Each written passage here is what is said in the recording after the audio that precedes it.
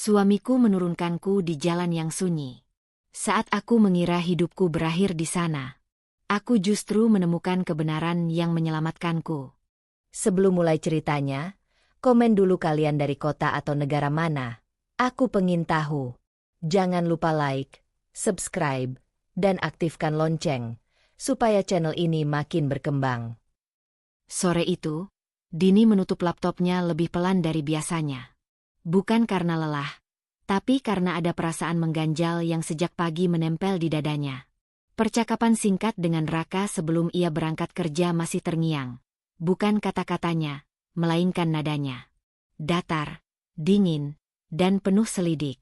Seolah setiap hal yang keluar dari mulut Dini harus melewati pemeriksaan. Ia berdiri di dapur, menuang air minum, ketika ponselnya bergetar. Nama Raka muncul di layar. "Kamu transfer kemana pagi tadi?"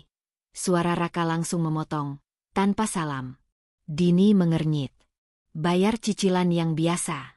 Yang aku urus tiap bulan." "Harganya segitu? Kok aku nggak tahu?" Nada itu lagi. Nada yang membuat Dini merasa seperti sedang diuji. Dini menarik napas. "Rekening itu atas namaku, Rak.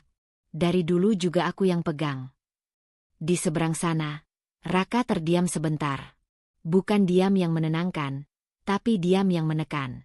"Kita kan suami istri. Harusnya transparan," katanya akhirnya, lebih pelan, tapi justru terasa lebih tajam. Panggilan berakhir tanpa penjelasan lanjutan. Dini mematikan layar, jari-jarinya dingin. Ia berusaha meyakinkan diri bahwa ini hanya fase lelah, tekanan kerja, atau sekadar kekhawatiran biasa. Tapi tubuhnya tidak setuju. Ada sesuatu dalam cara Raka bertanya yang berbeda. Bukan peduli, melainkan curiga. Sore menjelang malam, Bu Ratna datang tanpa memberi kabar. Dini sudah terbiasa dengan kebiasaan itu sejak menikah. Mertuanya masuk ke rumah dengan langkah mantap, menaruh tas di meja, lalu mengamati sekeliling seakan sedang menilai. "Kamu sendirian?" tanya Bu Ratna, duduk tanpa menunggu dipersilakan. "Iya, Bu. Raka masih di kantor," jawab Dini sambil menyuguhkan teh. Bu Ratna mengangguk kecil. Tatapannya menyapu Dini dari ujung rambut sampai ujung kaki. "Kamu kelihatan sibuk terus sekarang. Kerja, urus ini itu. Perempuan kalau sudah menikah itu sebaiknya nggak terlalu bebas." Kata bebas itu jatuh pelan, tapi menghantam tepat di dada Dini. "Aku cuma ngurus rumah, Bu. Sama keuangan yang dari dulu memang aku pegang," jawab Dini hati-hati. Bu Ratna tersenyum tipis. "Justru itu. Istri jangan terlalu pegang kendali.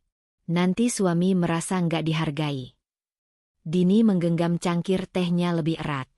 Ia ingin menjawab, ingin menjelaskan bahwa semua itu bukan soal kendali, melainkan tanggung jawab yang sejak awal dipercayakan padanya.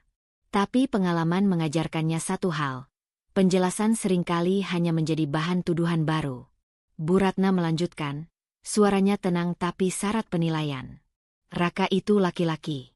Harga dirinya harus dijaga. Jangan sampai orang luar melihat dia seperti nggak punya peran." Orang luar. Seolah rumah tangga mereka adalah panggung yang harus terlihat sempurna, meski di dalamnya retak perlahan. Malam itu, setelah Bu Ratna pergi, Dini duduk sendirian di kamar. Lampu redup, lemari terbuka. Ia memandangi map berisi dokumen-dokumen penting yang selama ini ia simpan rapi. Tangannya bergetar saat menyentuhnya. Ingatan lama menyeruak. Masa ketika ia pernah menyerahkan seluruh hidupnya pada seseorang, percaya penuh, lalu ditinggalkan tanpa pegangan. Rasa bergantung itu pernah membuatnya hampir tak bisa bangkit. Ia berjanji pada dirinya sendiri saat itu, tidak akan pernah lagi membiarkan hidupnya sepenuhnya berada di tangan orang lain. Pintu kamar terbuka. Raka masuk, meletakkan tas dengan gerakan keras. "Ibu bilang kamu makin susah diajak bicara," katanya tanpa menatap Dini. Dini menoleh. "Aku capek ditanya-tanya seolah aku ini menyembunyikan sesuatu." Raka akhirnya menatapnya. Sorot matanya tajam. "Aku cuma mau tahu kemana uang itu pergi." "Uang itu?" Dini berdiri. Itu uang rumah tangga kita, Rak, yang selalu aku kelola. Kamu terlalu defensif, Raka mendengus. Sejak kapan kamu jadi kayak gini? Pertanyaan itu membuat Dini terdiam. Sejak kapan? Atau sejak Raka berubah, tapi tak pernah mau mengakuinya? Raka keluar kamar, meninggalkan pintu setengah terbuka. Dini duduk kembali di tepi ranjang, jantungnya berdebar tak karuan.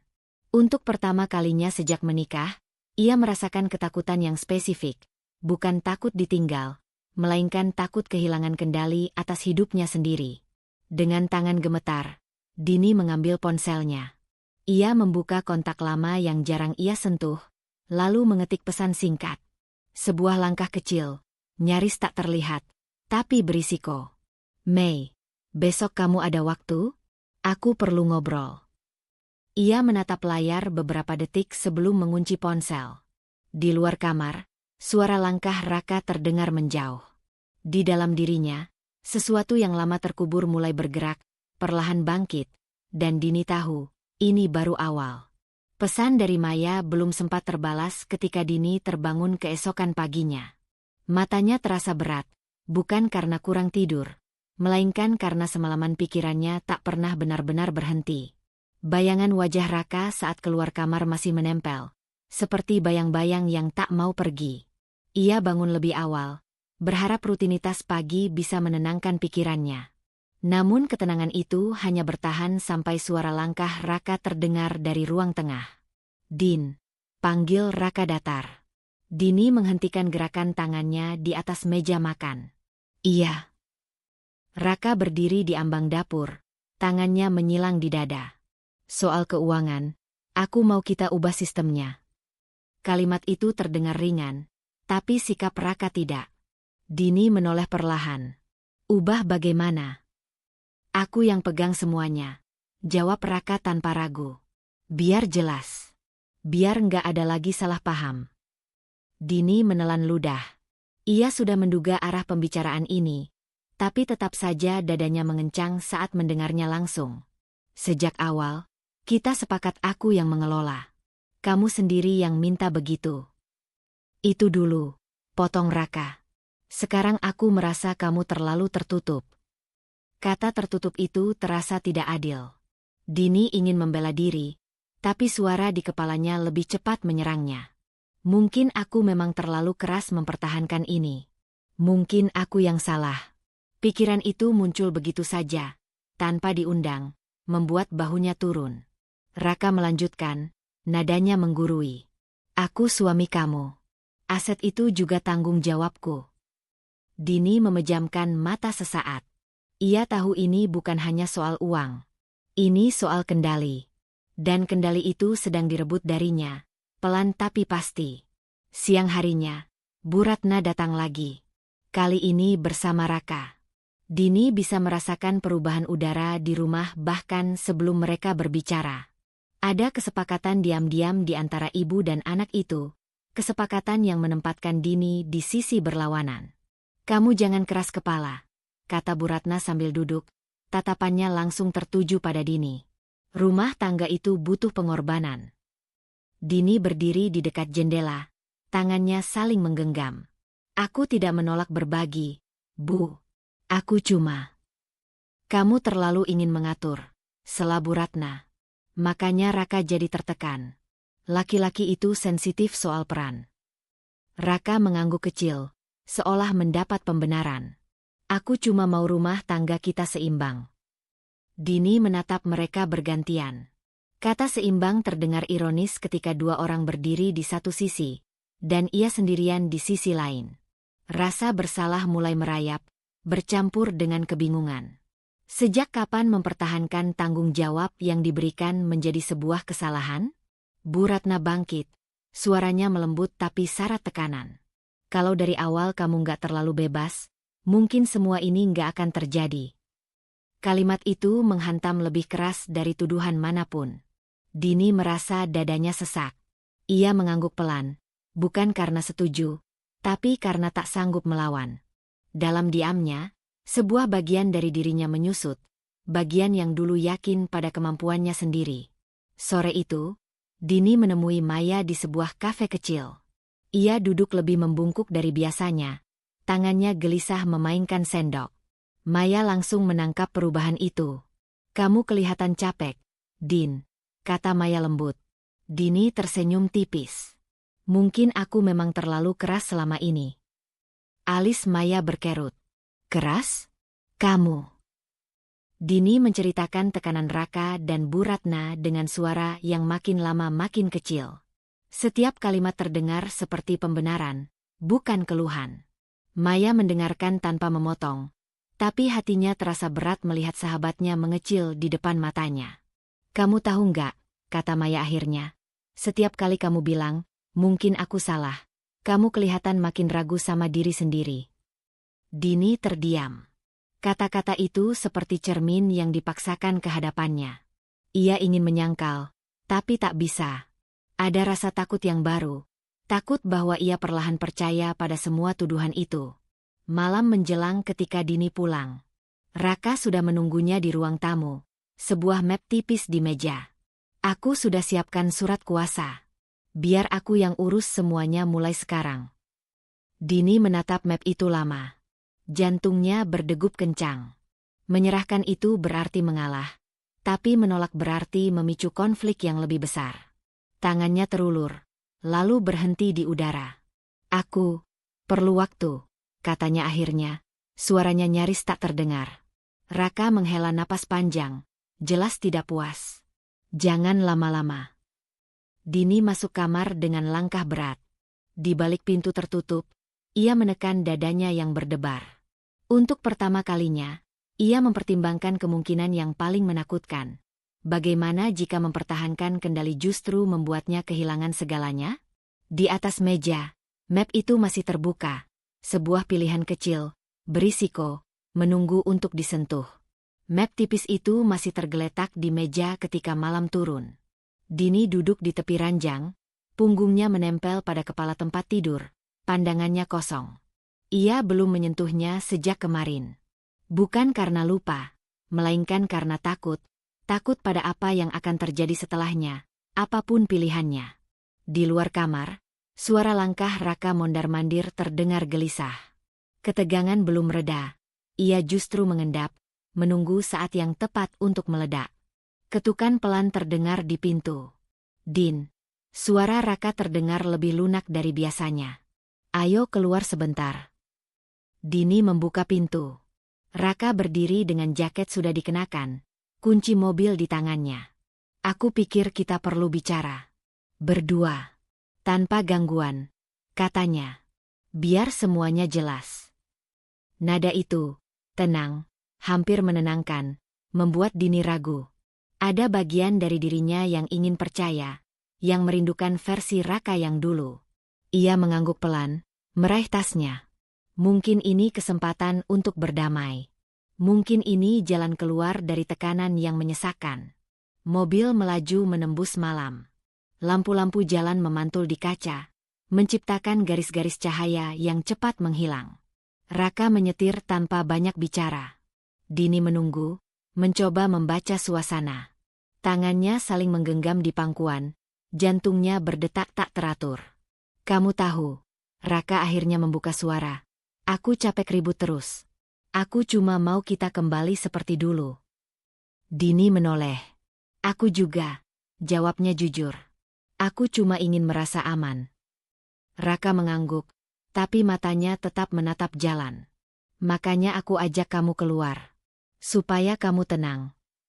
Mobil berbelok, meninggalkan jalan utama. Lampu-lampu semakin jarang. Dini merasa ada yang tidak beres, tapi ia menahannya. "Jangan berprasangka," katanya pada diri sendiri. "Ini suamimu."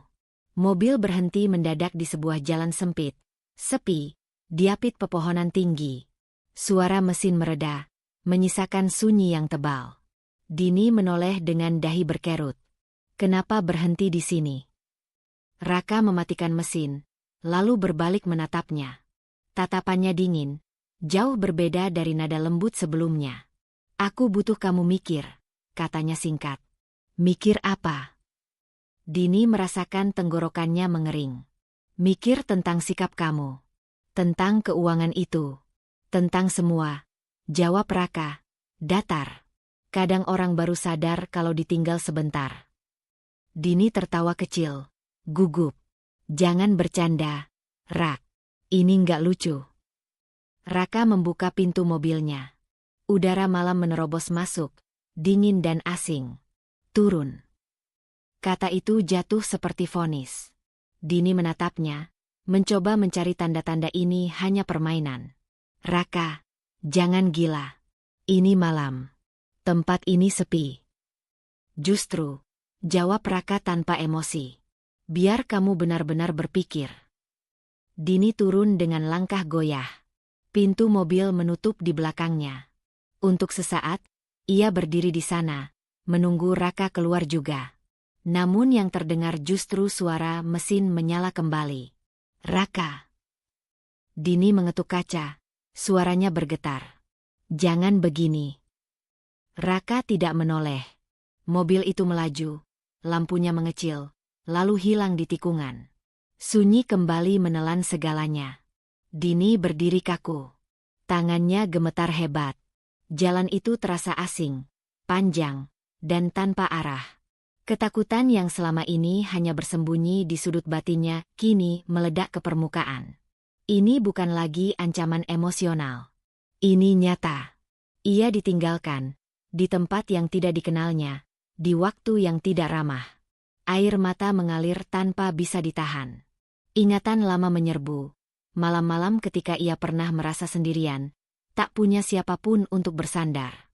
Dada Dini sesak. Ia memeluk dirinya sendiri, berusaha bernapas teratur. Ini salahku?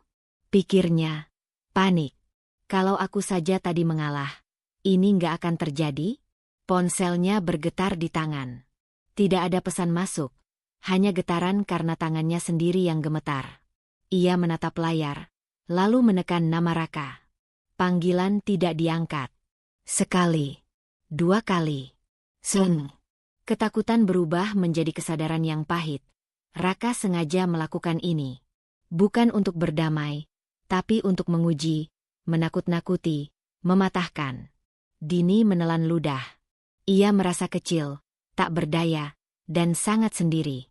Ia mulai berjalan, langkahnya ragu, mengikuti arah yang menurutnya menuju jalan besar. Setiap suara dedaunan membuatnya tersentak. Setiap bayangan terasa mengancam. Dalam kepalanya, satu kalimat berulang tanpa henti. Kalau aku menyerah, mungkin ini berhenti.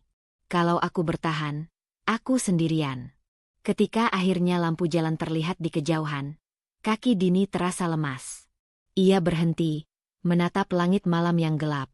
Air mata jatuh lagi, kali ini bukan hanya karena takut, tetapi karena sesuatu yang lebih dalam. Kesadaran bahwa pernikahan yang ia pertahankan dengan susah payah kini menjadi sumber ancaman. Dengan tangan gemetar, Dini mengirim pesan singkat. Bukan pada Raka. Pada satu nama yang sejak tadi berputar di kepalanya. Mei, aku di luar. Aku butuh bantuan. Ia menekan kirim, lalu menggenggam ponsel itu erat-erat, seolah satu-satunya jangkar di dunia yang tiba-tiba terasa kejam. Di jalan sepi itu, Dini berdiri di persimpangan, antara kembali percaya, atau mulai menyelamatkan diri. Mobil itu sudah lama pergi, tapi suara mesinnya masih seolah berputar di kepala Dini. Ia berdiri di tepi jalan yang nyaris tak diterangi lampu, napasnya pendek-pendek, dada naik turun seperti habis dikejar sesuatu yang tak terlihat. Ketakutan yang tadi memuncak perlahan berubah bentuk, tidak lagi meledak, tapi mengendap, dingin, dan menusuk. Ia menatap ponselnya. Tidak ada panggilan masuk. Tidak ada pesan. Nama Raka masih terpampang di layar dari panggilan terakhir yang tak terjawab. Dini menekan tombol mati layar, lalu memeluk lengannya sendiri. Tubuhnya gemetar, bukan hanya karena malam, tetapi karena kesadaran yang mulai merayap. Ia benar-benar ditinggalkan dengan sengaja. Dini melangkah pelan, menyusuri sisi jalan. Setiap langkah terasa ragu, seolah tanah di bawah kakinya bisa runtuh kapan saja. Ia berusaha mengingat arah, mencari tanda-tanda jalan utama, sambil menenangkan diri dengan napas teratur. Tenang. Jangan panik. Kamu harus pulang. Hati-hati. Suara itu datang tiba-tiba, tenang tapi jelas. Dini tersentak dan berbalik cepat. Jantungnya berdegup keras. Beberapa meter di belakangnya, di bawah lampu jalan yang redup, seorang pria berdiri dengan tongkat putih di tangannya. Kacamata hitam menutupi matanya. Wajahnya menghadap lurus ke depan, bukan ke arah Dini. Apa? Siapa? Suara Dini bergetar. Refleks mundur satu langkah. Pria itu tidak bergerak mendekat. Maaf, katanya pelan. Saya tidak bermaksud menakut-nakuti. Dini menelan ludah. Anda melihat saya? Saya tidak melihat apapun, jawabnya tenang. Tapi saya mendengar. Jawaban itu membuat tengkuk Dini merinding. Mendengar apa? Mobil berhenti. Pintu dibuka. Lalu ditutup lagi. Dan mobil itu pergi sendirian, katanya tanpa ragu. Itu bukan suara orang yang pamit dengan baik. Dini memejamkan mata sesaat. Kata-kata itu terlalu tepat. Terlalu dekat dengan kenyataan yang ingin ia sangkal. Pria itu melanjutkan. Suaranya tetap datar. Nama saya Bima. Saya sedang menunggu dijemput. Tapi ketika mendengar Anda berdiri lama tanpa bergerak, saya pikir, Anda perlu diingatkan. Diingatkan apa? Tanya Dini, nyaris berbisik. Hati-hati, ulang Bima. Bukan dengan jalan ini, tapi dengan orang yang barusan meninggalkan Anda. Dini membuka matanya. Itu suami saya, katanya cepat, seolah sedang membela. Kami hanya bertengkar. Saya tidak meragukan statusnya, jawab Bima. Saya meragukan caranya. Nada suaranya tidak menghakimi, tapi justru itu yang membuat dada Dini semakin sesak. Anda tidak tahu apa-apa tentang kami, katanya, kali ini lebih keras. Benar, kata Bima. Saya tidak tahu wajah Anda. Saya tidak tahu cerita lengkapnya. Tapi saya tahu satu hal. Orang yang sengaja meninggalkan pasangannya di tempat seperti ini sedang mencoba mengendalikan, bukan menyelesaikan. Angin malam bertiup, membuat dedaunan di sekitar mereka berdesir. Dini merasa seolah dunia mengecil, menyisakan dirinya dan kata-kata itu saja. Mengendalikan apa? Tanya Dini tanpa sadar. Rasa takut, jawab Bima. Dan setelah rasa takut, biasanya menyusul penyerahan. Kata itu, penyerahan, langsung mengait ke pikirannya. Map tipis. Surat kuasa. Tekanan neraka. Kalimat Bu Ratna tentang istri yang terlalu bebas. Semua terhubung, membuat kepalanya berdenyut. Kenapa Anda bicara seperti itu? Suara Dini melemah. Seolah Anda tahu apa yang sedang terjadi. Bima terdiam sejenak. Tangannya menggenggam tongkat lebih erat. Karena saya pernah berada di posisi yang berbeda, katanya akhirnya. Bukan sebagai pasangan, tapi sebagai orang yang dimanfaatkan. Dimanfaatkan bagaimana? Tanya Dini. Dengan cara yang rapi, jawab Bima. Pelan. Masuk akal. Selalu dibungkus alasan yang terdengar benar. Dini merasakan sesuatu bergeser di dadanya. Bukan lagi ketakutan murni, melainkan kecurigaan yang belum berani diberi nama. Apa hubungannya dengan saya? Bima menghadap sedikit ke arahnya. Biasanya, semuanya dimulai dari satu hal yang dianggap paling aman untuk diambil. Keputusan, arah hidup, atau uang. Kata terakhir itu membuat napas Dini tertahan. Ia tidak langsung menjawab. Tidak bisa. Lampu mobil muncul dari kejauhan. Bima menoleh ke arah suara mesin. Itu jemputan saya. Ia melangkah pergi, lalu berhenti satu langkah sebelum membuka pintu mobil. Saya tidak meminta Anda percaya saya, katanya. Saya hanya ingin Anda tidak mengabaikan perasaan tidak nyaman yang barusan muncul. Mobil itu pergi, menyisakan Dini kembali sendirian di jalan sepi, tapi tidak sama seperti sebelumnya. Beberapa menit kemudian, Maya akhirnya tiba menjemput. Dalam perjalanan pulang, Dini lebih banyak diam. Ia menatap lurus ke depan, pikirannya penuh. Ketika sampai di rumah, ia tidak langsung masuk kamar.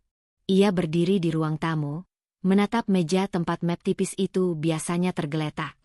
Dini mengambil map itu, memasukkannya ke dalam tas, lalu menutup resleting dengan tangan gemetar. Ia belum tahu apa arti semua peringatan itu. Ia belum berani menuduh siapapun. Tapi satu hal jelas, mulai malam itu, Dini tidak lagi merasa aman untuk menyerahkan hidupnya tanpa bertanya. Dan kecurigaan kecil yang ia simpan itu, diam-diam, mulai tumbuh. Pagi itu, rumah terasa terlalu rapi, terlalu tenang. Dini duduk di tepi ranjang dengan tas masih tergantung di bahunya, map tipis terselip di dalamnya. Malam tadi belum sepenuhnya pergi dari tubuhnya. Kata-kata Bima masih berputar, bukan sebagai suara, tapi sebagai tekanan halus di dada, seperti tangan yang menahan napasnya dari dalam. Ia belum tidur. Raka keluar dari kamar mandi sambil mengeringkan rambut, langkahnya ringan, wajahnya datar. Tidak ada sisa kemarahan. Tidak ada rasa bersalah. Seolah kejadian semalam hanyalah jeda kecil yang tak perlu dibahas. "Kamu belum berangkat?" tanya Raka, santai. Dini mengangkat wajah. "Kita perlu bicara." Raka mendengus kecil, meraih jam tangannya. "Tentang apa lagi?" "Tentang kamu meninggalkan aku di jalan semalam," kata Dini pelan, menahan agar suaranya tidak bergetar. Raka berhenti sebentar, lalu tertawa pendek. "Ya ampun, Din. Kamu masih kepikiran itu?" "Itu berbahaya." Dini menatapnya lurus. "Kamu tahu itu." Raka mengangkat bahu. "Kamu berlebihan. Drama. Kamu kan gak kenapa-kenapa." Kata itu, drama, jatuh seperti cap. Murah. Menghapus segalanya. Dini merasakan panas naik ke wajahnya, tapi ia memaksa diri tetap duduk tenang. "Aku ketakutan," katanya. "Aku ditinggal sendirian di tempat asing." Raka mendekat, nadanya berubah seolah menenangkan anak kecil. "Dan kamu selamat. Jadi, apa masalahnya?" Dini terdiam. Ia menyadari sesuatu yang membuat perutnya mengencang. Bagi Raka, hasil lebih penting daripada proses. Selama tidak ada luka yang terlihat, rasa takutnya tidak pernah dianggap nyata. Ponsel Raka bergetar. Ia melihat layar, lalu berkata cepat, "Ibu mau kita datang siang ini. Ada yang mau dibicarakan." Dini menelan ludah. Ia tahu nada itu. Bukan ajakan. Perintah yang dibungkus keluarga. Rumah Bu Ratna siang itu penuh suara. Televisi menyala, sendok beradu dengan piring, aroma masakan mengisi udara. Bu Ratna duduk tegak di kursinya, punggung lurus, tatapannya tajam begitu melihat Dini masuk. Tidak ada senyum. "Kamu tahu omongan orang sekarang." Bu Ratna membuka percakapan tanpa basa-basi. Dini menegang. "Omongan apa, Bu?" "Katanya kamu bikin keributan. Katanya kamu ditinggal suami di jalan karena bertingkah," kata Bu Ratna, suaranya dingin. "Itu mempermalukan keluarga." Raka duduk di sebelah ibunya, diam. Tidak membela. Tidak membantah. "Aku tidak bertingkah," Dini mencoba menjelaskan. "Kami bertengkar, dan..." "Apapun alasannya," potong Bu Ratna, istri yang baik tahu diri. "Tidak drama. Tidak membuat suami terlihat buruk." Kata-kata itu menusuk lebih dalam daripada teriakan. Dini menoleh ke Raka, mencari sesuatu, sekecil apapun, yang menunjukkan ia tidak sendirian. Tapi Raka hanya menghela napas, seolah lelah menghadapi masalah sepele. "Ibu benar," katanya akhirnya. "Dini memang terlalu sensitif." Sensitif. Drama. Mempermalukan.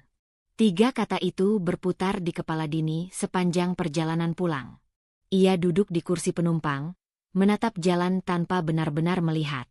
Ada sesuatu yang berubah. Bukan ledakan emosi, melainkan penarikan diri. Seperti pintu yang pelan-pelan ditutup dari dalam. Malamnya, saat Raka tertidur, Dini duduk di meja kecil dekat jendela. Ia mengeluarkan buku catatan lama, yang dulu ia pakai untuk menulis rencana-rencana kecil hidupnya. Tangannya ragu sejenak, lalu ia menulis tanggal hari ini. Ia tidak tahu kenapa melakukan itu. Hanya merasa perlu. Raka menertawakan rasa takutku. Raka membiarkan ibunya menyalahkanku. Raka bilang aku drama. Ia berhenti. Napasnya tertahan. Lalu ia menulis lagi. Map dokumen selalu dibawa Raka sekarang. Password ponsel diganti. Setiap keputusan harus dibicarakan. Tapi ujungnya selalu versinya. Dini menutup buku itu cepat-cepat. Seolah takut ada yang mengintip. Jantungnya berdegup keras. Ini bukan tuduhan. Bukan kesimpulan. Hanya catatan. Fakta kecil yang selama ini ia abaikan karena terlalu sibuk menjaga perasaan orang lain. Hari-hari berikutnya berjalan normal di luar. Sarapan, kerja, makan malam. Tapi di dalam diri Dini, sesuatu terus mencatat. Nada suara Raka saat membahas uang. Cara Bu Ratna menyebut keluarga, seolah Dini selalu di luar lingkaran. Permintaan-permintaan kecil yang terasa makin mengikat. Suatu sore, Raka menyebut lagi soal surat kuasa itu. Santai. Seolah hanya formalitas. Dini mengangguk, tersenyum tipis. Tidak membantah. Tidak bertanya. Malam itu, saat Raka mandi, Dini membuka tasnya. Ia mengeluarkan map tipis itu, menatapnya lama. Tangannya gemetar. Tapi kali ini bukan karena takut, melainkan karena sadar. Ia memasukkan map itu ke laci bawah lemari, lalu menguncinya. Kuncinya kecil, nyaris tak berarti. Tapi saat bunyi klik terdengar, dada Dini terasa sesak oleh keputusan yang baru saja ia ambil. Ia belum melawan. Ia belum pergi. Ia hanya menunda menyerahkan sesuatu yang dianggap semua orang bukan miliknya untuk dijaga. Dan penundaan kecil itu, diam-diam, terasa seperti langkah paling berbahaya yang pernah ia ambil. Kunci laci masih dingin ketika Dini menyentuhnya pagi itu. Bunyi klik kecil semalam belum pergi dari kepalanya. Ia berdiri di depan lemari, ragu antara membukanya kembali atau membiarkannya terkunci. Seperti rasa curiga yang kini hidup, tapi belum berani ia akui sepenuhnya. Di dapur, suara piring beradu. Raka sudah bangun, bersenandung pelan. Terlalu normal untuk pagi setelah keputusan kecil yang terasa berbahaya.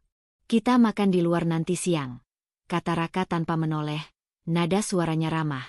Sekalian kita bereskan dokumen itu. Dini menahan napas. Kata dokumen jatuh lembut, tapi beratnya menghantam lambung.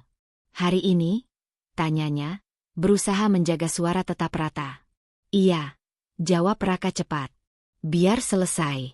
Aku nggak mau urusan ini berlarut-larut. Dini mengangguk, mengambil cangkir, tangannya sedikit bergetar. Ia menyadari betapa sering ia mengangguk akhir-akhir ini. Sebuah kebiasaan yang dulu terasa aman, kini seperti jerat. Siang itu, Dini memilih berjalan kaki sebentar sebelum bertemu Raka. Ia butuh udara. Di trotoar dekat taman kecil, langkahnya melambat. Ada suara tongkat menyentuh batu. Ritmis, berhenti tepat di hadapannya. Bu Dini, sapa suara itu. Dini menoleh. Bima berdiri beberapa langkah di depan, kacamata hitam menutupi matanya, tongkat putih di tangan. Wajahnya tenang, seolah pertemuan ini bukan kebetulan. Kamu. Dini tercekat. Kamu tahu namaku. Bima tersenyum tipis. Aku ingat suara. Dan aku ingat langkahmu. Jantung Dini berdegup lebih cepat. Kenapa kamu di sini? Aku menunggu, jawab Bima jujur. Karena ada hal yang harus kamu dengar sebelum kamu menandatangani apapun. Kata itu membuat punggung Dini dingin. Menandatangani? Bima mengangguk pelan. Dia pernah melakukan ini. Melakukan apa? Dini berbisik. Membuat seseorang percaya, lalu menggeser kendali pelan-pelan. Kata Bima. Bukan dengan kekerasan. Dengan kata-kata yang terdengar masuk akal. Dini ingin menyangkal, ingin mengatakan itu hanya kebetulan. Tapi Bima melanjutkan, suaranya lebih rendah. Namanya Laila. Dulu. Aku mengenalnya karena aku yang mengantarnya pulang malam itu. Dini menelan ludah. Pulang dari mana? Dari kantor notaris, jawab Bima. Dia menangis. Katanya tanda tangan itu hanya formalitas. Kaki Dini terasa lemah. Apa yang terjadi padanya? Bima tidak langsung menjawab. Ia menggeser tongkatnya, seperti menata keberanian. Dia kehilangan rumah, usaha. Lalu suaminya bilang dia tidak becus mengelola apapun. Sama persis. Kenapa kamu yakin? Itu Raka. Suara Dini hampir tak terdengar. Aku tidak melihat, kata Bima lembut. Tapi aku mendengar. Cara dia berbicara. Kata-kata yang sama. Dan ketika aku mendengar namamu, dan malam itu, aku tahu. Dini mundur setengah langkah. Nalurinya berteriak untuk lari, menjauh dari cerita ini, dari kemungkinan yang terlalu menakutkan. Tapi ada bagian lain yang berdiri kaku, menuntut ia bertahan. Aku tidak bisa membuktikan apapun, lanjut Bima.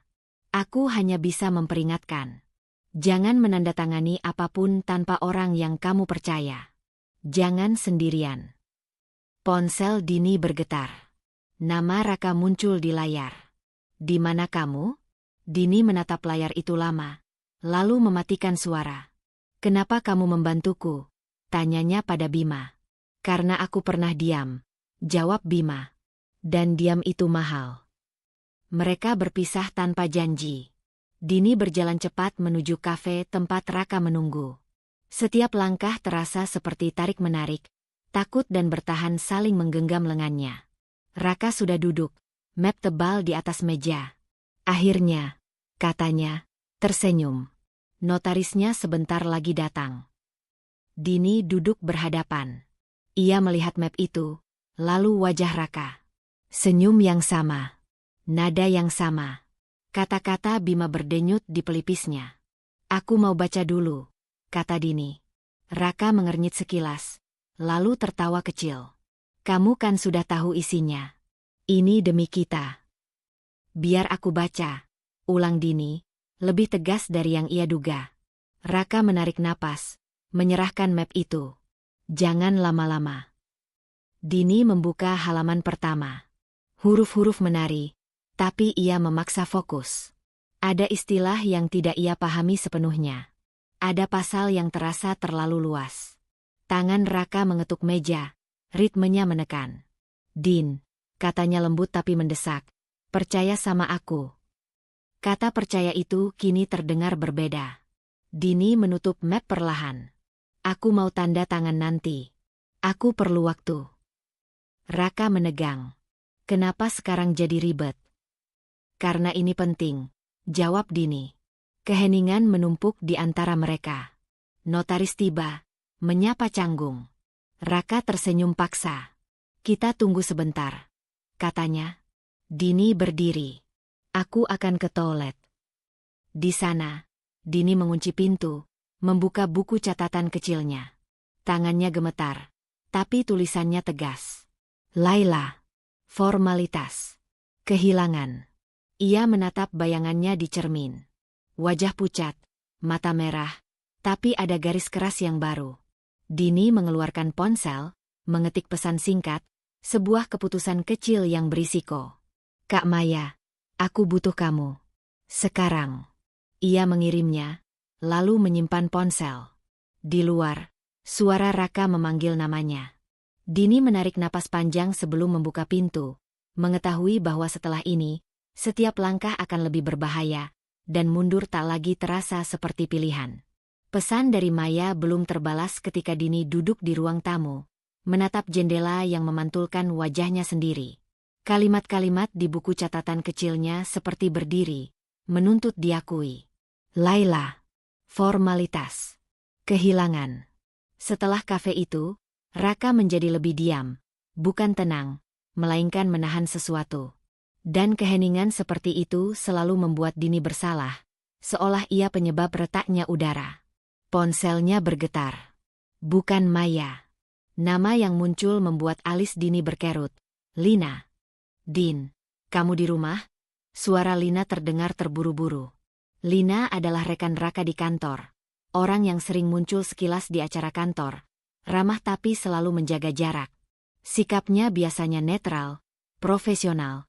Tidak pernah terlalu dekat. Ada apa? Tanya Dini. Boleh aku mampir sebentar? Aku perlu ambil dokumen yang ketinggalan kemarin. Raka bilang kamu di rumah. Dini ragu sejenak, lalu mengangguk meski Lina tak melihat. Iya, silakan.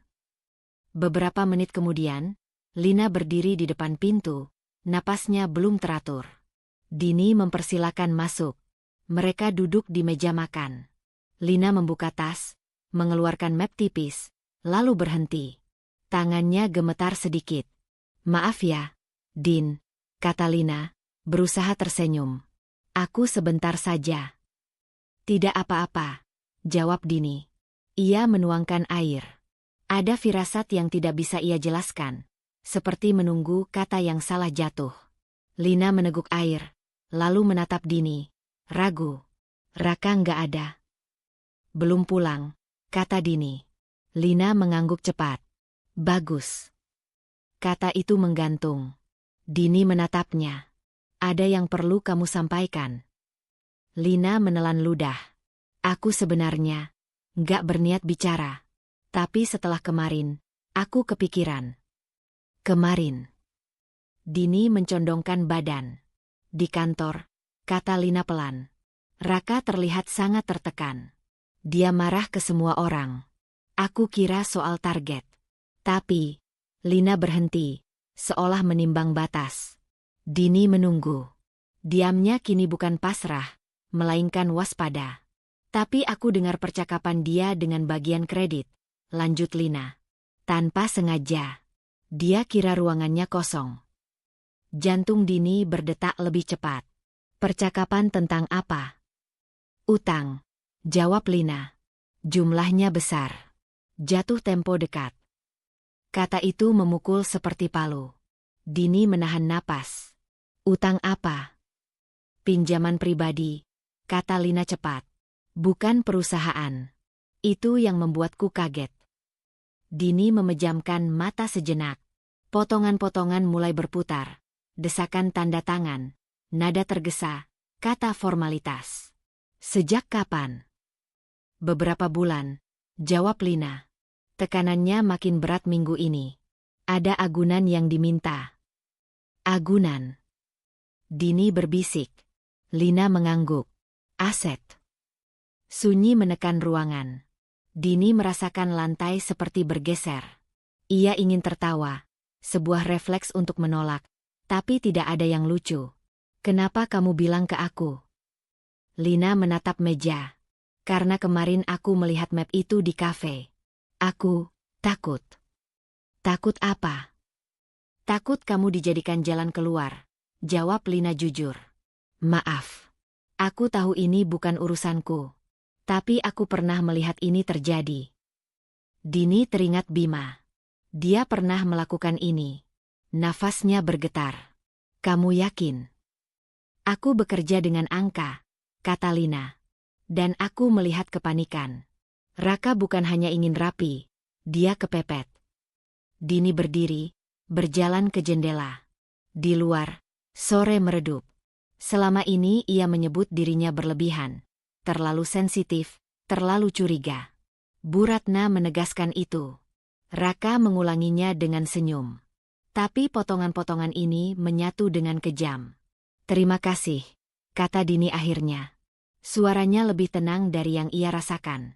Lina bangkit. Aku sudah mengambil dokumennya. Aku nggak akan bicara ke siapapun. Tapi, jaga dirimu. Setelah Lina pergi, Dini duduk kembali.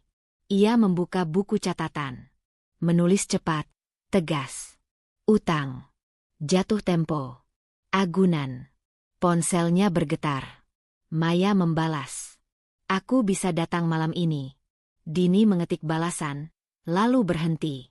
Ia menatap pintu depan, membayangkan Raka masuk dengan senyum biasa.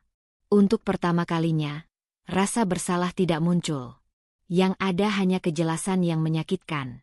Ia bukan istri yang berlebihan. Ia target. Dini menutup buku catatan, menyelipkannya ke dalam tas. Ia mengambil map dari lemari, menaruhnya di tempat tersembunyi. Lalu ia membuat satu keputusan kecil. Berisiko, Tapi perlu. Ia memfoto beberapa halaman penting, menyimpannya dengan nama yang tidak mencolok. Di luar, suara kunci berputar. Raka pulang. Dini berdiri, menyambut dengan wajah datar. Di dadanya, ketakutan dan naluri bertahan kini berjalan seiring. Dan untuk pertama kalinya, ia tidak berniat memilih yang lebih aman. Dini menyambut pagi dengan kepala penuh. Semalaman ia hampir tidak tidur, mendengarkan napas Raka yang teratur di sisinya. Tenang seperti seseorang yang yakin semua masih berada dalam kendalinya. Kalimat Lina, wajah Bima, dan map tebal di kafe saling bertumpuk di benaknya. Ketika alarm berbunyi, Dini mematikannya cepat, lalu bangkit tanpa suara. "Aku ada janji siang ini," katanya sambil merapikan kerudung di depan cermin. Raka menguap. "Sama siapa?" "Teman," jawab Dini singkat. Ia tidak berbohong, hanya tidak lengkap. Dan ketidaklengkapan itu terasa seperti keputusan. Ia keluar rumah dengan jantung berdebar. Setiap langkah menjauh dari gerbang rumah membuat napasnya sedikit lebih longgar. Bukan karena aman, tapi karena akhirnya bergerak. Dini menuju sebuah kantor kecil di sudut jalan lama. Bangunan 2 lantai dengan papan nama sederhana, Surya Krekan. Pak Surya menyambutnya dengan senyum tipis. Rambutnya memutih di pelipis, kemejanya rapi tanpa berlebihan. Dini mengenalnya sejak lama. Bukan dekat, tapi cukup untuk tahu ia tidak berbasa-basi. Dulu, Pak Surya yang membantu mengurus balik nama aset keluarga almarhum ayah Dini. Ia ingat bagaimana lelaki itu selalu berbicara pelan, seolah kata-kata harus hemat agar tepat. "Sudah lama kita tidak bertemu, Bu Dini," katanya sambil mempersilakan duduk. Nada suaranya netral, tapi matanya meneliti. Dini meremas tas. "Saya datang diam-diam," katanya, memilih kejujuran yang perlu. "Saya ingin memastikan sesuatu." Pak Surya mengangguk. "Silakan." Dini menarik napas. "Tentang aset saya." Pak Surya tidak langsung menjawab. Ia membuka laci, mengeluarkan map berwarna coklat, menaruhnya di meja. "Yang mana?" "Semua," kata Dini. Suaranya lebih tegas dari yang ia kira. Pak Surya menatapnya beberapa detik, lalu membuka map. Kertas-kertas disusun rapi. "Kita mulai dari rumah," katanya. "Atas nama siapa menurut Ibu?" "Suami saya," jawab Dini otomatis. Kalimat yang selama ini ia terima tanpa memeriksa. Pak Surya menggeser 1 lembar ke hadapannya. "Baca." Dini membaca. Nama itu jelas, tanpa kabur. Dini Rahma. Ia menahan napas. "Ini?" "Akta kepemilikan," jawab Pak Surya. "Atas nama Ibu." Dini menggeleng pelan, bingung. "Tapi Raka." "Suami Ibu tercantum sebagai pasangan, bukan pemilik," potong Pak Surya lembut. "Itu beda." Dini menelan ludah. Lalu yang lain. Pak Surya membuka lembar berikutnya. Ruko kecil di pusat kota, atas nama Dini. Tanah warisan, atas nama Dini. Rekening investasi, atas nama Dini. Setiap lembar terasa seperti pijakan yang muncul di tengah jurang. "Kenapa? Saya tidak tahu." Suara Dini bergetar. "Karena selama ini Ibu percaya," kata Pak Surya tanpa menghakimi. "Dan kepercayaan sering membuat orang tidak mengecek." Dini menutup mata. Ia teringat Bu Ratna menyebutnya terlalu bebas. Raka menyebutnya drama.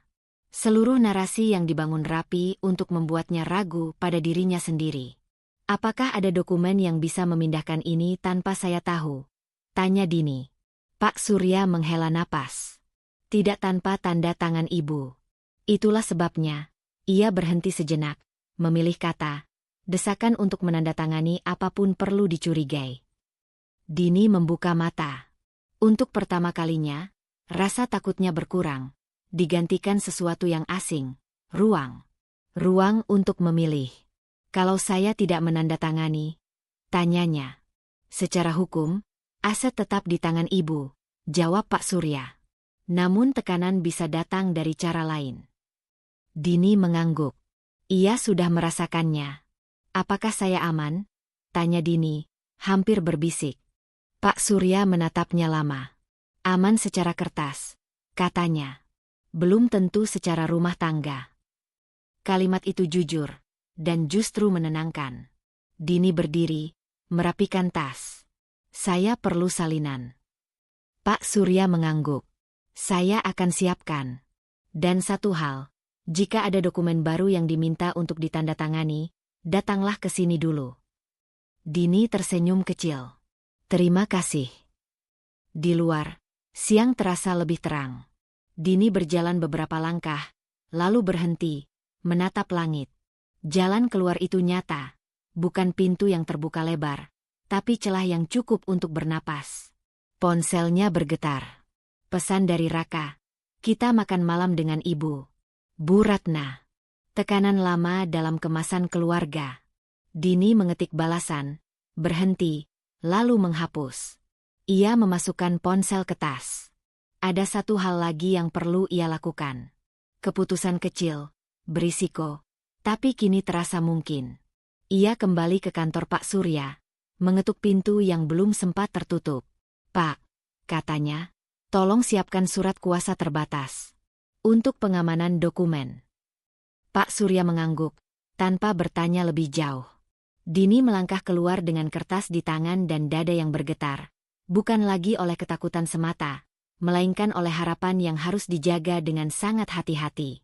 Surat kuasa terbatas itu terasa lebih berat daripada kertas biasa ketika Dini menyimpannya di dalam tas. Sejak dari kantor Pak Surya, langkahnya pulang dipenuhi kewaspadaan baru, bukan ketakutan yang membekukan, melainkan kesadaran bahwa setiap gerakannya kini diawasi. Raka menyambutnya di ruang tamu dengan senyum yang terlalu siap. Kamu kemana saja? Tanya Raka. Nada suaranya santai, tapi matanya menimbang. Keluar sebentar, jawab Dini. Ia menggantung tas, menolak dorongan untuk menjelaskan lebih jauh. Keheningan singkat itu terasa seperti ujian. Raka tertawa kecil. Sekarang jawabmu singkat-singkat. Dini menatapnya. Aku capek. Capek dari apa? Raka mendekat, menyentuh bahunya. Sentuhan itu dulu menenangkan. Kini mengikat. Aku cuma khawatir. Kata khawatir itu mengeras. Dini melepaskan tangannya pelan. Aku bisa mengurus diriku sendiri. Raka berhenti tersenyum. Kita suami istri. Tidak ada, sendiri. Malam itu, kontrol datang dalam bentuk yang rapi. Raka menanyakan ponsel Dini. Katanya hanya ingin memeriksa pesan dari notaris. Dini menolak dengan alasan baterai hampir habis. Raka tidak memaksa, tapi menghela napas panjang, seolah Dini baru saja mengecewakannya. Kita makan di rumah Ibu, kata Raka kemudian. Sekarang. Di rumah Bu Ratna, udara terasa tebal oleh penilaian. Bu Ratna menyambut mereka dengan tatapan tajam yang berhenti lebih lama di Dini. Meja makan sudah tertata. Doa selesai. Dan sunyi mengambil alih sebelum kata pertama jatuh. Raka bilang kamu berubah, kata Bu Ratna tanpa basa-basi. Istri itu tugasnya menenangkan, bukan menantang. Dini menunduk, merasakan panas di tengkuk. Saya hanya ingin memastikan. Memastikan apa? Potong Bu Ratna. Kamu terlalu bebas. Terlalu merasa punya hak. Raka duduk di samping. Diam. Diamnya menyetujui. Dulu kamu tahu diri, lanjut Bu Ratna. Sekarang kamu bikin suami sendiri serba salah. Itu durhaka. Kata itu menancap. Durhaka. Dini meremas serbet. Di kepalanya, suara lama bangkit. Suara yang selalu mengingatkan untuk patuh agar dicintai. Luka ketergantungan itu berdenyut, menuntutnya kembali ke tempat aman yang sempit. Aku tidak bermaksud. Dini memulai, lalu terhenti. Ia merasakan tenggorokannya mengeras. Raka akhirnya bicara, lembut tapi menekan. Ibu hanya khawatir. Kamu membuat semua ini rumit. Dini menatap wajah mereka. Dua orang yang seharusnya menjadi rumah, kini menjadi dinding. Ia hampir berkata maaf. Hampir meminta waktu. Hampir mundur. Teleponnya bergetar di dalam tas. Ia tidak mengeluarkannya, tapi getaran itu seperti penopang. Ia mengingat nama di atas kertas.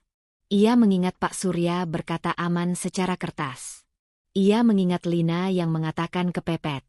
Aku hanya ingin berhenti menandatangani hal-hal yang tidak kupahami, kata Dini pelan. Itu bukan durhaka. Bu Ratna tertawa dingin. Perempuan tidak perlu paham semua. Raka mengangguk kecil. Percayalah padaku. Kepercayaan itu kini terasa seperti garis yang ditarik orang lain. Dini bangkit dari kursi. Aku mau pulang. Sekarang. Bu Ratna mendesis. Lihat, Rak. Dia tidak hormat. Raka berdiri, menghadang. Duduk. Kita selesaikan. Dini menatap matanya. Ada kilat marah yang ia kenal, dibungkus perhatian. Kontrol emosional itu menekan dadanya. Ia ingin mengalah agar malam ini berakhir. Ingin kembali menjadi versi yang tidak menimbulkan masalah. Ia duduk kembali. Menunduk. Diam. Di rumah, Raka mengunci pintu lebih keras dari biasanya. Kamu mempermalukan ibu, katanya. Maaf, kata Dini cepat. Kata itu meluncur sebelum ia bisa menahannya. Rasa bersalah lama menemukan celah. Raka mendekat, suaranya melembut. Kita bisa kembali seperti dulu. Tanda tangan itu saja. Dini memejamkan mata. Hampir. Sangat hampir. Ketika Raka masuk kamar mandi, Dini membuka tas, meraba kertas itu. Surat kuasa terbatas. Namanya sendiri. Tangannya bergetar, tapi ia tidak mengeluarkannya. Ia memasukkan ponsel ke mode senyap, lalu mengetik pesan singkat, sebuah garis tipis perlawanan. Pak Surya, besok saya datang pagi. Ia mengirimnya, lalu menyimpan ponsel. Tekanan keluarga membuatnya nyaris mundur. Tapi keputusan kecil itu berdiri, rapuh, namun nyata, di tengah rumah yang kini terasa asing. Pagi itu, Dini bangun dengan rahang mengeras. Permintaan maaf semalam masih tertinggal di lidahnya seperti rasa pahit yang tidak sempat ditelan. Ia duduk di tepi ranjang, mendengarkan Raka mandi, air mengalir lama, menutupi suara apapun yang mungkin ingin ia dengar. Keputusan kecil yang ia buat tadi malam berdiri di kepalanya, menunggu ditindaklanjuti. Ia keluar rumah lebih awal dari biasanya. Udara pagi dingin, membuat pikirannya jernih. Di taman kecil dekat halte, ia melihat siluet yang sudah dikenalnya. Tongkat putih menyentuh tanah dengan ritme yang pasti. Bu Dini, sapa Bima ketika langkahnya berhenti tepat di hadapan Dini. Kamu datang. Ya, jawab Dini. Aku perlu mendengar semuanya. Mereka duduk di bangku taman. Bima tidak banyak bergerak, seolah setiap kata harus diberi ruang. Aku belum menceritakan yang terburuk, katanya. Karena aku tidak ingin menakutimu. Dini menatap ke depan. Aku sudah takut. Sekarang aku ingin tahu. Bima mengangguk. Aku korban langsung. Kalimat itu jatuh bersih, tanpa hiasan. Dini menahan napas. Dulu aku bekerja sebagai penghubung proyek, lanjut Bima. Aku melihat angka. Aku mendengar cara orang berbicara. Dan aku percaya pada satu orang. Raka. Nama itu menggema. Dini merasakan dadanya mengencang. Tapi kali ini bukan runtuh, melainkan memadat. Dia mendekat dengan bantuan, kata Bima. Menawarkan solusi cepat, menyederhanakan hal yang rumit. Aku menandatangani beberapa hal atas nama orang lain. Formalitas, katanya. Dini teringat kata yang sama, diucapkan dengan senyum. Ketika semuanya berantakan, lanjut Bima, dia menghilang. Kesalahan jatuh ke aku. Proyek runtuh. Aku kehilangan pekerjaan, reputasi. Kecelakaan itu datang setelahnya. Bima menyentuh kacamata hitamnya. Bukan karena dia mendorongku. Tapi karena aku pulang malam itu, kepalaku penuh, mataku kosong. Dini menggenggam tangannya sendiri. Kamu tidak pernah melaporkannya. Aku mencoba, kata Bima. Tapi dokumen rapi. Tanda tangan ada. Polanya selalu sama. Mendesak, mengisolasi, lalu memindahkan beban. Kata mengisolasi menancap. Dini melihat ulang potongan hidupnya beberapa bulan terakhir. Raka yang menyebut Maya terlalu ikut campur, Bu Ratna yang memosisikan Dini berseberangan dengan keluarga, permintaan ponsel, peta kontrol yang halus. Dia tidak berubah, kata Dini, lebih pada dirinya sendiri. Tidak, jawab Bima. Dia hanya menyesuaikan target. Dini berdiri, berjalan beberapa langkah, lalu kembali duduk. Ada sesuatu yang bergerak di dalam dirinya, bukan lagi ragu, melainkan arah. Luka yang selama ini berdenyut berubah suhu, dingin dan tajam. Bima, katanya, apa kamu bersedia bersaksi? Bima tersenyum kecil. Jika itu melindungimu, ya. Di kantor Pak Surya, Dini duduk lebih tegak dari pertemuan sebelumnya. Ia menceritakan semuanya, tanpa terputus, tanpa menahan. Pak Surya mendengarkan, mencatat, wajahnya tetap tenang. Pola manipulasi yang konsisten, kata Pak Surya akhirnya. Desakan tanda tangan, isolasi sosial, narasi rasa bersalah. Jadi aku tidak gila, kata Dini pelan. Tidak, jawab Pak Surya. Dan kemarahan yang terarah itu berguna, jika dijaga. Kata kemarahan membuat Dini terkejut oleh dirinya sendiri.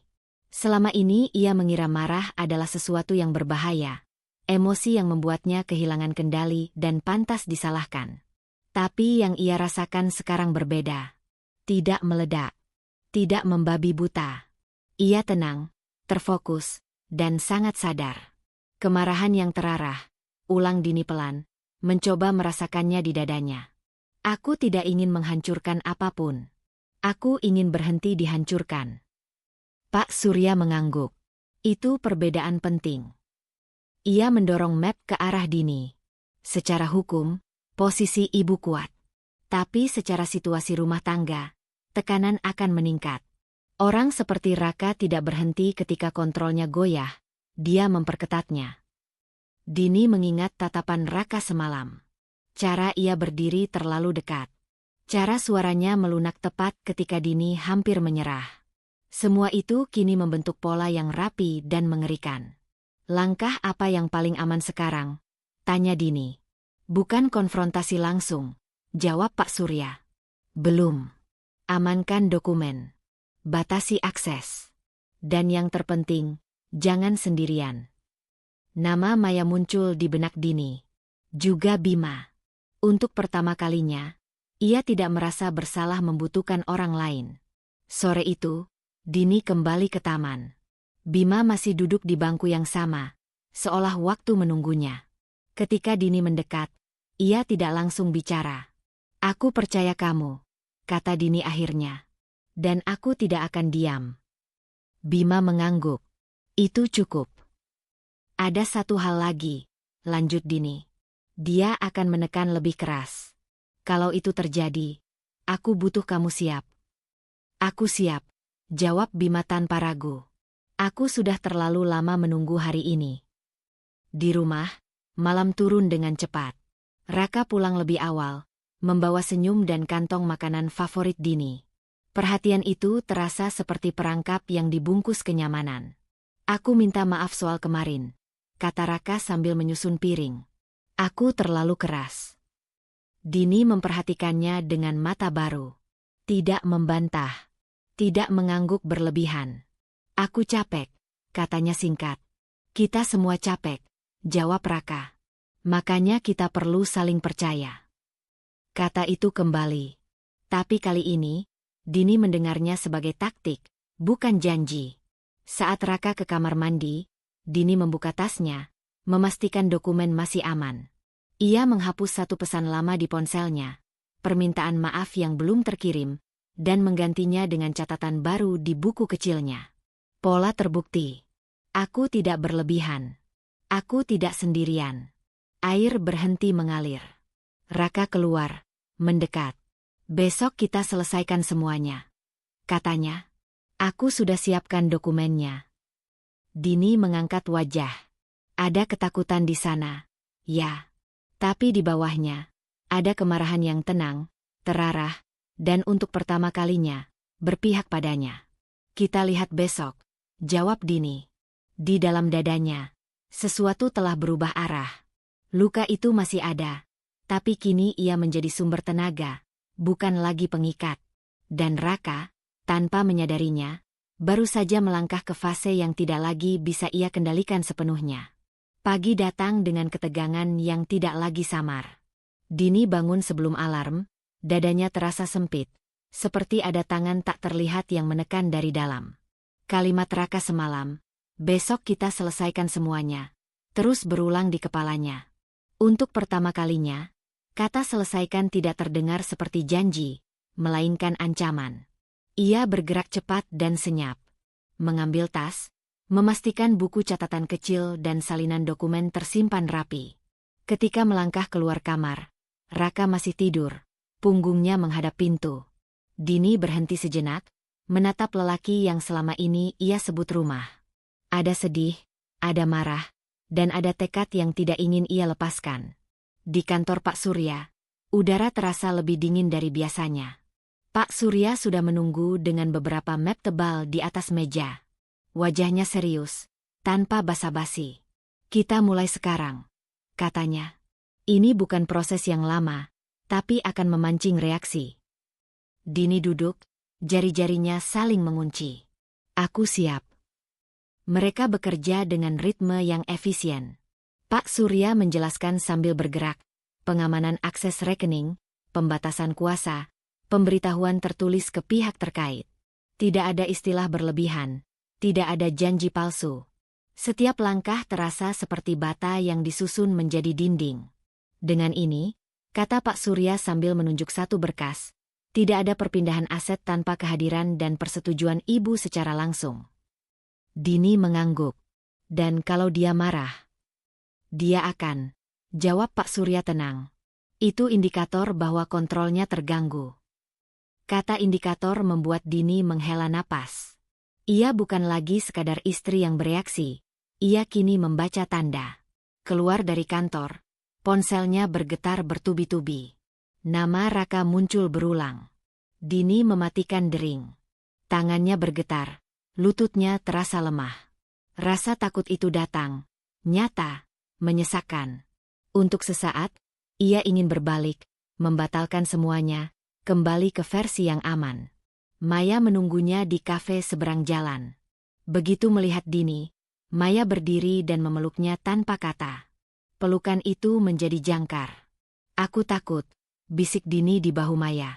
"Aku tahu," jawab Maya pelan. "Dan kamu tidak sendirian." Mereka duduk. Dini menceritakan semuanya. Cepat, terpotong, tapi jujur. Maya mendengarkan tanpa menyela. Matanya berkaca-kaca, rahangnya mengeras. "Apapun yang terjadi," kata Maya, menggenggam tangan Dini, "kamu tidak gila. Kamu tidak berlebihan. Kamu bertahan." Kalimat itu sederhana, tapi menghentikan goyah di dada Dini. Ia menarik napas lebih dalam. Di rumah, Raka menunggu di ruang tamu. Ponselnya diletakkan di meja, layarnya menyala, jejak panggilan tak terjawab. Ketika Dini masuk, Raka berdiri terlalu cepat. "Kamu kemana?" Suaranya tajam, tanpa lapisan lembut yang biasa. Dini menaruh tas. "Ada urusan." "Urusan apa yang lebih penting dari suamimu?" Raka melangkah mendekat. "Kenapa kamu tidak angkat telepon?" Dini merasakan jantungnya berpacu, tapi ia berdiri tegak. "Aku sedang bersama teman." "Teman?" Raka tertawa pendek. "Maya lagi." Nama itu keluar seperti tuduhan. Dini tidak menjawab. Raka mengusap rambutnya, mondar-mandir. "Aku sudah bicara dengan Ban. Ada yang aneh. Akses dibatasi." Dini menatapnya. Diamnya adalah jawaban. "Kamu melakukan ini." Suara Raka naik. "Kamu melangkah di belakangku." "Aku mengamankan hakku," kata Dini. Jelas. Kata hakku membuat Raka berhenti. Wajahnya berubah, marah bercampur panik. "Kamu menghancurkan kita." "Tidak," jawab Dini. "Aku menghentikan kehancuran." Raka tertawa keras. "Tidak lucu. Kamu pikir kamu kuat sekarang? Tanpa aku. Dini teringat pelukan Maya, kata Pak Surya. Langkah Bima. Aku tidak sendiri, katanya pelan. Kehilangan kendali itu terlihat jelas. Raka membanting pintu kamar. Suaranya menggema. Dini berdiri di ruang tamu. Lututnya gemetar. Keberanian itu mahal. Dibayar dengan ketakutan yang belum selesai. Malam turun. Dini duduk di tepi ranjang, ponsel di tangan. Ia mengetik pesan pendek ke Pak Surya, lalu ke Maya. Sebuah jaringan kecil, rapuh tapi nyata. Di balik pintu tertutup, Raka bergerak gelisah. Dini tahu, garis pertahanan sudah berdiri, dan badai baru saja mulai. Pagi itu, rumah terasa seperti ruang sidang yang belum dibuka. Dini bangun dengan tenggorokan kering, tidur terputus oleh mimpi pendek yang sama. Pintu tertutup, kunci berputar, dan suaranya sendiri tertelan. Dari ruang tengah terdengar langkah Raka yang berat, mondar-mandir, berhenti, lalu berjalan lagi. Ketika Dini keluar kamar, ia sudah menunggu. Kamu pikir aku tidak akan tahu? Raka membuka, tanpa salam. Wajahnya tegang, mata merah. Semua aset dibekukan. Akses diputus. Kamu mengira ini permainan? Dini berdiri, punggungnya menempel ke dinding sejenak, lalu melangkah maju. Aku mengamankannya. Dengan menusuk dari belakang. Raka meledak. Suaranya meninggi, kata-katanya berderak. Kamu tahu apa akibatnya? Aku dipermalukan. Dini menelan ludah. Nada itu memicu ketakutan lama. Dorongan untuk meredam, meminta maaf, menenangkan. Tangannya bergetar, tapi ia tidak mundur. Akibatnya, lanjut Raka, semua rencanaku hancur. Kamu egois. Egois karena tidak mau menyerahkan hakku. Dini bertanya, suaranya bergetar tapi utuh. Raka tertawa sinis. Hakmu? Kita menikah. Itu kita. Kita tidak berarti aku harus hilang, jawab Dini. Raka mendekat, jaraknya menekan. Kamu sudah berubah. Siapa yang mempengaruhimu? Dini teringat Maya, Pak Surya, Bima. Ia mengangkat dagu. Aku akhirnya mendengarkan diriku sendiri. Raka mengangkat ponsel. Kita ke rumah ibu. Sekarang. Di rumah Bu Ratna, suasana lebih keras dari yang Dini bayangkan. Bu Ratna berdiri di ruang tamu, tangan terlipat, rahang mengeras. Tatapannya menusuk Dini sebelum pintu tertutup sempurna. Apa yang kamu lakukan itu? Bu Ratna memulai, tanpa duduk. Kamu membuat keluarga ini jadi bahan pembicaraan. Dini menarik napas. Saya hanya... Tidak, potong Bu Ratna. Kamu harus mengalah. Demi nama baik keluarga. Kata-kata itu jatuh seperti palu. Nama baik, kata yang selalu digunakan untuk membungkam. Dini merasakan lututnya melemah. Ia ingin menjelaskan, ingin menunjukkan kertas, ingin membuktikan bahwa ia benar. Tapi ia tahu, penjelasan tidak diminta. Yang diminta adalah tunduk. Raka berdiri di samping ibunya. Diam, tapi sikapnya jelas. Aliansi itu membuat dada Dini sesak. Kamu istri, lanjut Bu Ratna. Tugasmu menjaga suami, bukan mempermalukannya. Dini menatap lantai. Di sana, bayangan sepatunya sendiri tampak kecil. Ia hampir berkata maaf. Kata itu sudah di ujung lidah. Lalu ia mengingat malam di jalan sepi. Tongkat putih yang menyentuh aspal. Map coklat di meja Pak Surya. Pelukan Maya. Kata target. Kemarahan yang terarah itu naik, bukan untuk menyerang, untuk menahan. Saya tidak akan mengalah, kata Dini. Ruangan membeku. Bu Ratna menyipitkan mata. Apa? Saya tidak akan mengalah, ulang Dini, kali ini lebih jelas. Suaranya tidak tinggi, tidak menantang, tegas. Mengalah berarti menyerahkan diri saya. Raka bergerak cepat. Dini. Bu Ratna mengangkat tangan. Kamu berani melawan orang tua? Saya tidak melawan, jawab Dini. Saya menjaga diri. Dengan merusak keluarga. Bu Ratna meninggi. Dengan mencegah kerusakan yang lebih besar, kata Dini. Saya tidak ingin menjadi korban berikutnya. Kata korban membuat Raka tersentak. Kamu menuduhku. Dini menatapnya. Ada ketakutan. Ya, tapi ada batas yang sudah ditarik. Aku mengatakan aku berhak aman. Bu Ratna tertawa pendek, pahit. Perempuan yang keras kepala. Dini mengangguk kecil. Jika itu artinya aku tidak hilang, aku terima. Keheningan yang mengikuti berat dan memalukan. Raka menghela napas kasar. Kalau kamu terus begini, kamu akan menyesal. Mereka pulang tanpa kata. Di mobil, Raka memacu lebih cepat dari biasanya. Dini menatap jendela, merasakan getar mesin. Penolakannya barusan bukan kemenangan. Itu awal dari risiko yang lebih besar. Di rumah, Dini masuk kamar, mengunci pintu. Ia duduk di lantai, punggung bersandar, napas terengah.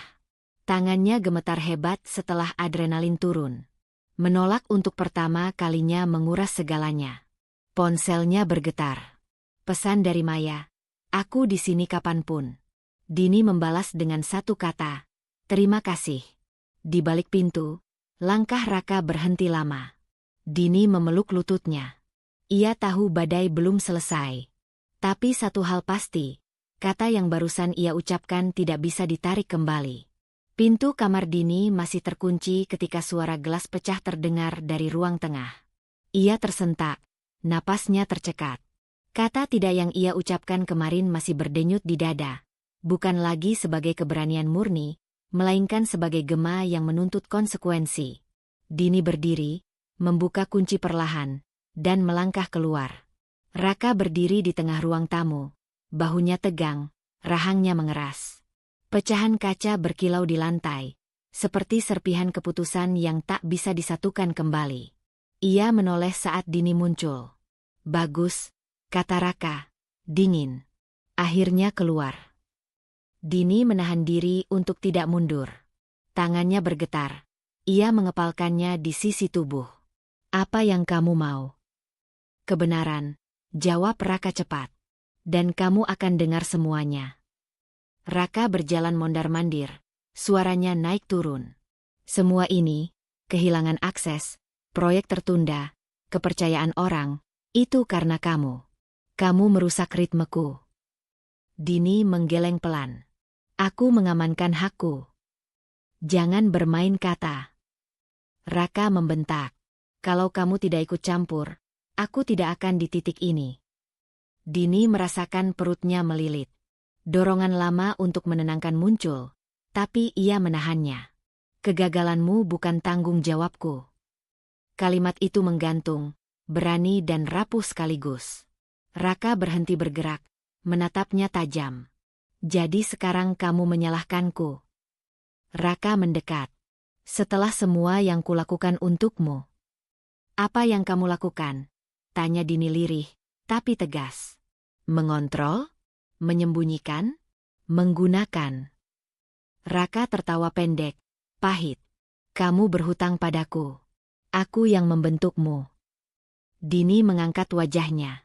Matanya basah, tapi tatapannya tidak goyah. Aku bukan proyekmu. Hening. Jam dinding berdetak terlalu keras. Raka memalingkan muka, lalu kembali menatap. Kamu berubah sejak orang-orang itu masuk. Pak Surya, Maya, bahkan Bima. Mereka meracuni kamu. Tidak, kata Dini. Mereka memberiku bahasa untuk menjelaskan apa yang selama ini aku rasakan. Raka menepuk meja. Omong kosong. Kamu lemah. Kamu butuh aku. Kata lemah menusuk, memicu getaran di lutut Dini. Ia mengingat malam-malam diam, menelan rasa takut, meyakinkan diri bahwa itu normal. Ia menarik napas panjang. Aku mungkin gemetar, katanya jujur, tapi aku tidak salah. Raka mendengus. Kebenaran versimu. Kebenaran yang bisa kubuktikan, jawab Dini. Dan yang bisa kupertanggungjawabkan. Raka berjalan lebih dekat. Dini merasakan jarak menyempit, tubuhnya tegang. Kalau kamu terus begini, Raka berkata pelan, mengancam, aku bisa membuat hidupmu sulit. Dini menelan ludah. Ketakutan itu nyata, menyengat, dingin. Ia memejamkan mata sejenak, lalu membukanya. Kamu sudah melakukannya. Raka terdiam. Untuk sesaat, kemarahannya goyah, digantikan sesuatu yang lain, panik yang berusaha disembunyikan. Kamu tidak mengerti dampaknya. Aku mengerti, jawab Dini. Aku hanya memilih tidak lagi menanggung dampakmu sendirian. Raka memalingkan muka, mengusap rambutnya kasar. Kamu menghancurkanku. Tidak, Dini mengoreksi. Kamu tersandung pada pilihanmu sendiri. Kata-kata itu membuat Raka berbalik cepat. Berhenti. Dini tersentak, tapi tetap berdiri. Gemetarnya kini terasa seperti listrik yang mengalir, bukan runtuh. Aku akan berhenti ketika kamu berhenti menyalahkanku. Hening kembali. Raka menatap lantai, lalu ke pecahan kaca. Kalau kamu pergi, jangan berharap kembali. Aku tidak bicara tentang pergi, kata Dini pelan. Aku bicara tentang batas. Raka tertawa. Kosong. Batas di rumah ini. Di hidupku, jawab Dini. Raka mengangkat ponsel, menatap layar, lalu meletakkannya. Kamu akan menyesal. Dini menahan napas.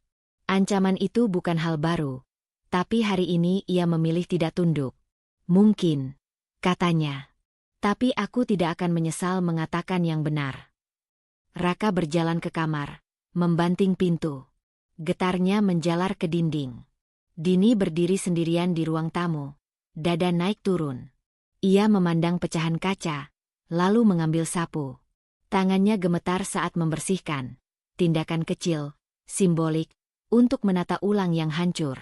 Saat kaca terakhir masuk ke kantong, ponselnya bergetar. Pesan dari Pak Surya. Dokumen tambahan siap. Perlu keputusanmu hari ini. Keputusan. Kata itu berat. Dini duduk di sofa, menutup mata. Menekan ya berarti mempercepat segalanya. Perlindungan, tapi juga eskalasi. Ia membuka mata, jempolnya melayang di atas layar. Di balik pintu kamar, langkah Raka berhenti. Dini tahu, apapun pilihannya, rumah ini tidak akan tenang lagi. Ia menarik napas, lalu mengetik satu kata. Siapkan. Keputusan kecil, berisiko, dan tak bisa ditarik kembali. Pagi itu rumah terasa berbeda. Bukan lebih tenang, justru lebih jujur. Dini berdiri di ruang tamu dengan map coklat di tangan. Jari-jarinya menekan tepi kertas hingga memutih. Pesan Pak Surya semalam masih terngiang. Semua siap. Tinggal keberanianmu. Ia menelan ludah, mengingat getar yang belum sepenuhnya pergi, lalu memilih berdiri tegak. Raka keluar dari kamar dengan wajah kusut dan mata merah. Ia berhenti ketika melihat map di tangan Dini. Apa itu? Tanyanya, nada curiga. Keputusan, jawab Dini pelan. Raka mendengus. Kamu pikir aku akan pergi hanya karena kertas? Bukan karena kertas, kata Dini. Karena batas. Ia membuka map, mengeluarkan lembaran yang rapi. Dokumen pengamanan aset, pernyataan hak tinggal, dan satu surat yang membuat napasnya bergetar saat membacanya semalam. Dini mengangkat wajahnya, menatap Raka, bukan dengan marah, melainkan dengan kesadaran yang lama ditunda. Raka, katanya, suara tetap meski jantung berdebar. Aku meminta kamu meninggalkan rumah ini. Kata meminta itu jujur dan tegas. Raka tertawa singkat. Kamu mengusir suamimu sendiri. Ya, jawab Dini. Secara resmi. Raka melangkah mendekat, bahunya mengeras. Kamu tidak punya kuasa. Dini menggeser dokumen ke meja, menunjuk tanda tangan yang telah disahkan. Aku punya. Hening menyebar. Raka menatap kertas itu, lalu kembali ke wajah Dini. Sesuatu runtuh di matanya, bukan air mata, melainkan keyakinan yang pecah. Kamu berani melawanku. Dini menarik napas. Aku berani melindungi diriku. Raka meraih dokumen itu, membacanya cepat. Tangannya gemetar. Ini jebakan. gumamnya. Kamu bekerja sama dengan mereka. Tidak, kata Dini. Aku bekerja sama dengan kebenaran. Pintu depan terbuka keras. Bu Ratna masuk tanpa salam, wajahnya tegang. Apa-apaan ini? Suaranya tinggi. Kamu mempermalukan keluarga. Dini menoleh. Inilah momen yang paling ia takuti, bukan Raka, melainkan suara yang selama ini membungkus rasa bersalahnya. Bu, katanya, menahan getar, urusan ini antara saya dan Raka. Bu Ratna melangkah maju. Kamu istri. Tugasmu mengalah. Dini menggeleng pelan. Mengalah bukan berarti menghapus diri. Bu Ratna menepuk meja. Aku ibunya. Aku punya hak bicara. Di rumah ini, Dini menjawab, tidak lagi. Bu Ratna terdiam. Kata-kata itu jatuh berat. Raka menoleh cepat ke ibunya, berharap dukungan. Namun Bu Ratna melihat dokumen di meja, membaca sekilas, dan wajahnya berubah. Kuasa yang biasa ia gunakan, nama baik, tekanan, rasa malu, tidak menemukan pijakan. Ini tidak pantas, gumam Bu Ratna, kali ini ragu. Yang tidak pantas, kata Dini, lebih berani dari yang ia kira, adalah membiarkan kekerasan emosional berlangsung atas nama keluarga. Raka membanting kursi. Kamu menghancurkan segalanya. Tidak. Dini menatapnya, suaranya jernih. Aku menghentikannya. Raka mengusap wajahnya, langkahnya mundur. Ia mencoba tertawa, tapi suaranya patah. Kamu pikir hidupmu akan mudah tanpa aku? Aku tidak mengejar mudah, jawab Dini. Aku mengejar aman. Bu Ratna menarik napas panjang. Raka, katanya lirih, cukup. Itu yang paling melukai. Bukan penolakan Dini, melainkan ibu yang tak lagi berdiri di depannya. Ego Raka runtuh di antara dua kenyataan, kuasa yang hilang dan rencana yang tak lagi bekerja. Ambil barangmu, kata Dini, nyaris berbisik, tapi tegas. Hari ini. Raka memandang sekeliling, seakan baru menyadari rumah itu bukan miliknya. Ia mengangguk kaku, berjalan ke kamar. Suara koper diseret memecah hening. Bu Ratna berdiri canggung, lalu berbalik ke pintu. Kamu akan menyesal, katanya tanpa daya. Mungkin, Dini menjawab jujur. Tapi bukan karena diam. Pintu tertutup. Dini berdiri sendirian. Kakinya terasa lemas, tapi dadanya lapang dengan rasa takut yang kini bernama. Ia duduk, menutup mata, membiarkan getar berlalu. Ponselnya bergetar. Pesan dari Maya. Aku di luar. Kamu tidak sendirian. Dini tersenyum tipis. Ia bangkit, membuka pintu, menghirup udara pagi. Keputusan besar telah diambil, namun langkah berikutnya menunggu. Di tangannya, ada satu dokumen terakhir dari Pak Surya yang belum ia tanda tangani. Mengamankan segalanya berarti membuka babak baru, dan menghadapi balasan yang pasti datang. Dini menatap kertas itu. Jempolnya berhenti sejenak. Lalu ia melangkah ke meja, bersiap membuat pilihan kecil berikutnya, yang akan menentukan seberapa jauh ia berani melangkah dari bayang-bayang lama. Rumah itu sunyi setelah pintu tertutup kemarin. Namun kesunyian kali ini tidak menggigit. Dini duduk di ruang tamu dengan cahaya pagi menyentuh lantai, memantul pada meja yang semalam menjadi saksi keberaniannya. Napasnya masih menyimpan sisa getar. Tapi di baliknya ada rasa utuh, seperti benda yang lama retak kini direkatkan dengan jujur. Ia memungut dokumen terakhir yang kemarin belum ditandatangani. Bukan karena ragu pada kebenaran, melainkan karena ingin memastikan satu hal, keputusan ini benar-benar miliknya. Dini menutup mata, mengingat suara Raka yang dulu mengatur, suara Bu Ratna yang menuntut, dan ketakutannya sendiri yang bertahun-tahun ia rawat tanpa sadar. Pagi ini, semuanya terdengar jauh. Ketukan pelan di pintu. Maya berdiri dengan senyum yang tidak memaksa. Aku bawa sarapan, katanya, ringan. Dini membuka pintu lebar. Masuk. Mereka duduk berhadapan, mengunyah roti sambil membiarkan sunyi bekerja. Kamu kelihatan berbeda, ucap Maya akhirnya. Bukan kagum berlebihan, lebih seperti pengakuan. Lebih jujur, jawab Dini. Ke diriku sendiri. Maya mengangguk. Itu yang paling susah. Ponsel Dini bergetar. Pesan dari Pak Surya singkat dan jelas. Semua pengamanan final. Hak dan aset sepenuhnya aman. Kamu tidak perlu bertemu siapapun lagi kecuali jika kamu mau. Dini membaca 2 kali, lalu menghela napas panjang.